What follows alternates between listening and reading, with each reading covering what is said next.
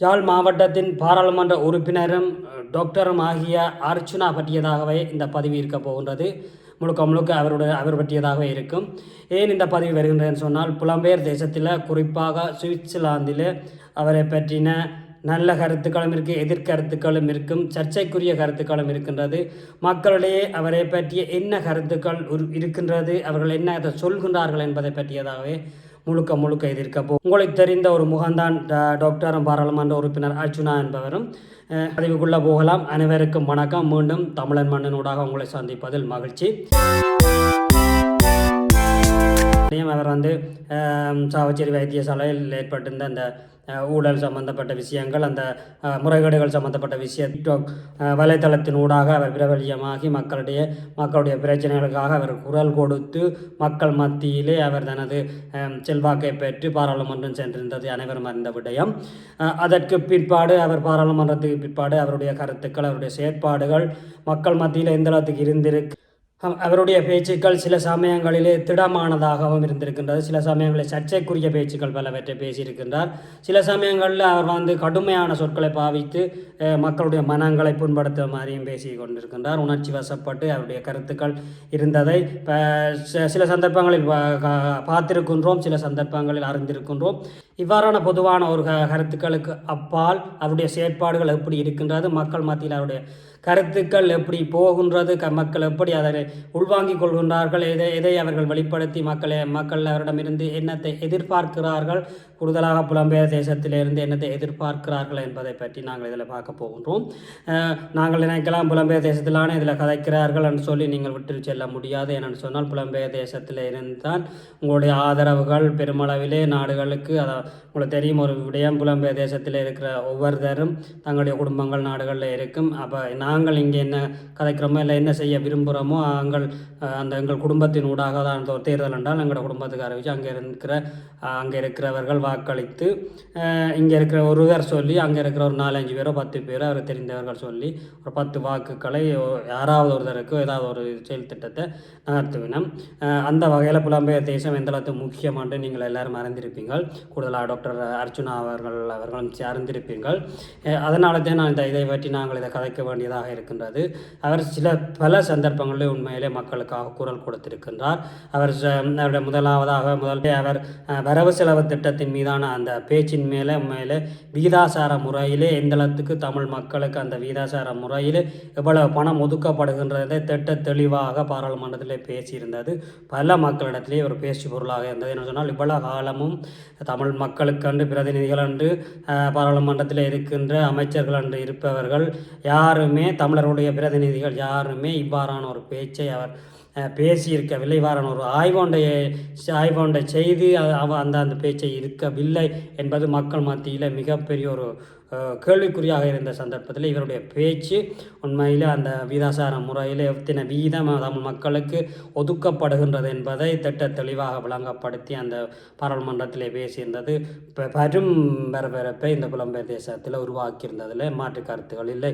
அதே போலத்தான் அவர் இந்த மாவட்ட ஒருங்கிணைப்பு குழு கூட்டங்களாக இருக்கலாம், பிரதேச கூட்டமாக இருக்கலாம், ஏதாவது அபிவிருத்தி கூட்டங்களாக இருக்கலாம், எந்த கூட்டத்தில் சென்றாலும் அவருடைய பேச்சுக்கள் உண்மையில் ஊழலுக்கு எதிராகவும், அதாவது மக்களுக்கு எதிராக நடைபெறுகின்ற அந்த ஊழலுக்கு எதிராக நடைபெறுகின்ற சட்டத்துக்கு புறம்பான செயற்பாடுகளை, அதிகாரிகள் விடுகின்ற தவறுகளை, பல அதிகாரிகள் செய்யாத வேலைகளை சுட்டிக்காட்டி கேள்வி கேட்டு அந்த அதிகாரிகளுக்கு ஒரு பயத்தை பயம் என்று சொல்லக்கூடாது. உண்மையிலே ஒரு அதிகாரி என்று சொன்னால் அவர் தனது வேலையை சரியாக செய்ய வேண்டும். ஆனால் உண்மையில் எங்கட யாழ்ப்பாணத்தை பொறுத்தவரையில் அதிகாரிகள் எப்படி இருப்பார்கள்னு சொன்னால், விடிய வெறிவினம், ஒரு தேத்தனை குடிப்பினம், பேப்பர் வாப்பினம், ஒரு ஃபைல் எடுத்து பார்ப்பினம், பேருந்து மத்தியான சாப்பாடு போவினம், அங்கே இங்கே கதைப்பினம், மத்தியான சாப்பாடு போவினம், பின்னேரம் வெறிவினம், பின்னேரம் ஒரு தேத்தண்ணி, ஒரு ஃபைல், திருப்பி கதை பேச்சு, அவ்வாறான கூடுதலான, எல்லாரையும் நான் சொல்லவில்லை, கூடுதலான அதிகாரிகள் எவ்வாறு தான் இந்த வாழ்க்கையை அவருடைய வேலைகளை ஓட்டி கொண்டிருக்கின்றார்கள். அது உண்மையான விஷயம்.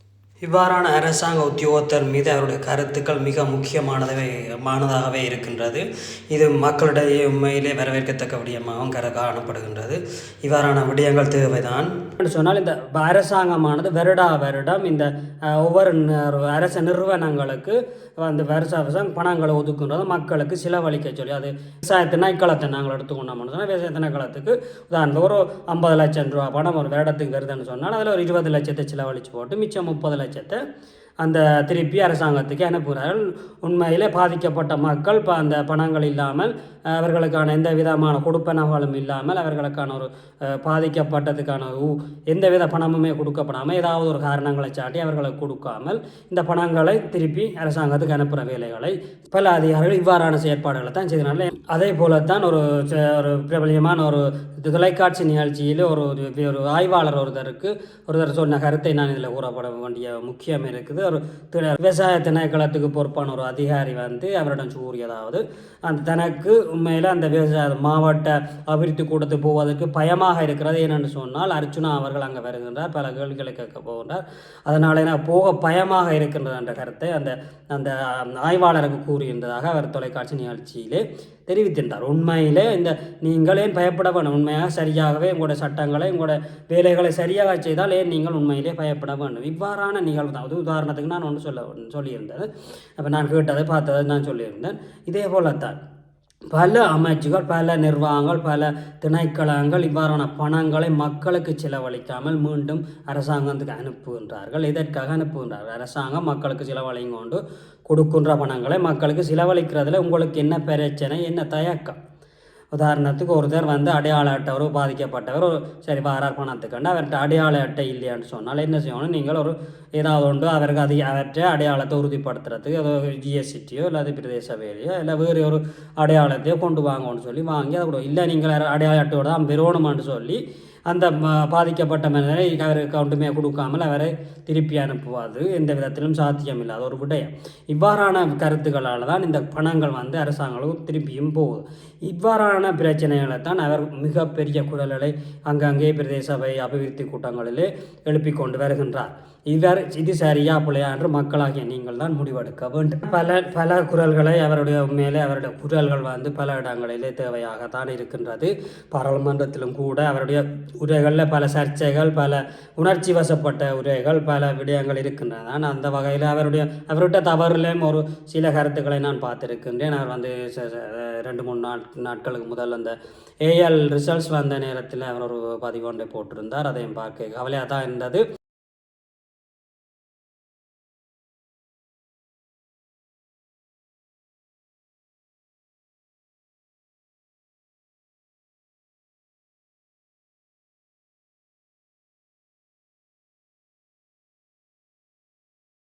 அவருடைய யூடியூப் தளத்திலே இது பதிவிட்டிருந்தார். அந்த யூடியூப் தளத்தை அந்த பதிவின் கீழே கொமெண்ட் பண்ணவர்களை பாருங்க. நீங்கள் அவர் பார்த்தால் பெயிண்ட் அடித்து கொண்டிருப்பார், இல்லாட்டி வேறு வேலைகளை செய்து கொண்டிருப்பார் என்று சொல்லியிருந்தார்.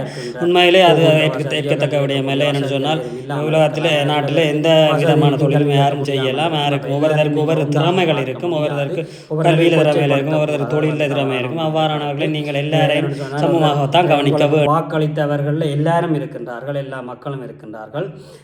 நீங்கள் அதையும் கவனித்துக் கொள்ள வேண்டும். இவ்வாறான சில கருத்துக்களை ஏற்றுக்கொள்ள முடியாது. இது சரியா பிள்ளையான்றது நீங்கள் தான் முடிவெடுக்க வேண்டும். ஆனால் நாங்கள் சமூகத்திலே மக்களுடைய நண்பர்களுடன் கதைக்கும் போது இவ்வாறான சில கருத்துக்களை சொல்லுகின்றார்கள். அதை நாங்கள் இதிலே உள்வாங்கித்தான் இதை பற்றி கதைத்து கொண்டிருக்கின்றோம். இதை விட உங்களுக்கும் தமிழ் தேசிய மக்கள் முன்னிக்கும் இடையில் சில கருத்து வேறுபாடுகள், பிரச்சனைகள் நடைபெற்று கொண்டிருக்கிறதை நாங்கள் பார்க்கின்றோம். நீங்கள் உண்மையிலே தமிழ் மக்களுக்காக, தமிழ் இனத்துக்காக ஒரு பாராளுமன்ற உறுப்பினராக உங்களை தெரிவு செய்து பாராளுமன்றத்துக்கு அனுப்பியிருக்கின்ற யாழ் மாவட்ட மக்களுக்காகத்தான் உங்களுடைய குரல்கள் கூடுதலாக இருக்க வேண்டும். அந்த மக்களுக்கான பிரச்சனைகளை நீங்கள் கூடுதலாக செய்கின்றீர்கள், இன்னும் கூடுதலாக செய்ய வேண்டும் என்று மக்களும் எதிர்பார்க்கின்றார்கள். நாங்கள் புலம்பெயர் தேசத்திலையும் எதிர்பார்க்கின்றோம். நீங்கள் உள்ளுக்குள்ளே எங்களுக்கு தமிழருக்குள்ளே தமிழரை நாங்களே அடிபட்டு கொண்டிருப்பதோ நீங்களோ சரி அவர்களோ சரி யாரில் பிழை சரி என்பதற்கு அப்பால் எங்களுக்குள்ளேயே நீங்கள் அடிபடுவதும் பிடுங்குப்படுவதும் அவ்வளவு நல்லதாக அமையாது என்பது என்னுடைய கருத்து. நீங்கள் சமாதானமாகவோ அல்லது நீங்கள் உங்களோட பாட்டில் உங்களுக்கு கண்ட ஒரு அரசியல், உங்களுக்கு கண்ட ஒரு கொள்கை, உங்களுக்கு கண்ட ஒரு பாதை இருக்கின்றது. அந்த பாதையிலே நீங்கள் செல்லுகின்றீர்கள், அவர்கள் தங்களுடைய பாதையிலே செல்லட்டும். என்று சொன்னால் அவர்கள் போராடுகின்றார்கள். உதாரணத்தை நீங்கள் சொன்ன விடயம்தான், தையிட்டியில் அவர்கள் போராடுகின்றார் என்று பௌர்ணமிக்கு அமாவாசைக்கு போராடுகிறார்கள் என்று சொல்லியிருந்தீர்கள்.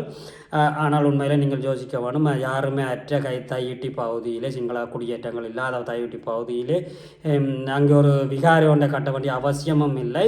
அந்த விகாரைக்கு இந்த பருவ நாட்களிலே தான் சிங்களவர்களுக்கு ஒரு விசேட நாட்கள், அங்கே தான் சிங்களவர் வருகின்றார்கள், இதுக்கண்டே வருகின்றார்கள். அதையொட்டித்தான் அங்கே ஒரு ஆர்ப்பாட்டங்கள் நடக்குதே ஒழிய இவர்களுக்கு ஏதாவது பிரச்சனைக்காக போய் அங்கே நின்று ஆர்ப்பாட்டங்களோ எதுவுமே செய்யவில்லை என்பதை நீங்கள் உணர்ந்து கொள்ள வேண்டும். இவ்வாறான ஒரு சில உங்களுடைய கருத்துக்களில் நாங்கள் முரண்படுகின்றோம். மக்களும் இங்கே இவ்வாறான கருத்துக்களை சொல்கின்றார்கள். ஆகவே மொத்தத்திலே நீங்கள் தான் முடிவெடுக்க வேண்டும், எது சரி எது பிள்ளை என்று உங்களுக்கு தெரியும். நாங்கள் உங்களுக்கு சொல்ல வேண்டிய அவசியம் இல்லை. இருந்தாலும் மக்களுடைய கருத்தாக இதை நாங்கள் பதிவிடுகின்றோம். நன்மை தின்மைக்கு அப்பால் உங்களுடைய சேவைகள் மக்களுக்காக என்றுமே இருக்க வேண்டும் என்று மக்களும் விரும்புகின்றார்கள். நல்லதாக அமையட்டு. மீண்டும் ஒரு சந்தர்ப்பத்தில் சந்திக்கின்றோம். சரியானவற்றை மட்டும் எடுத்துக்கொள்ளுங்கள், பிழையானவற்றை விடுத்துக்கொள்ளுங்கள். நன்றி, வணக்கம். மீண்டும் சந்திப்போம்.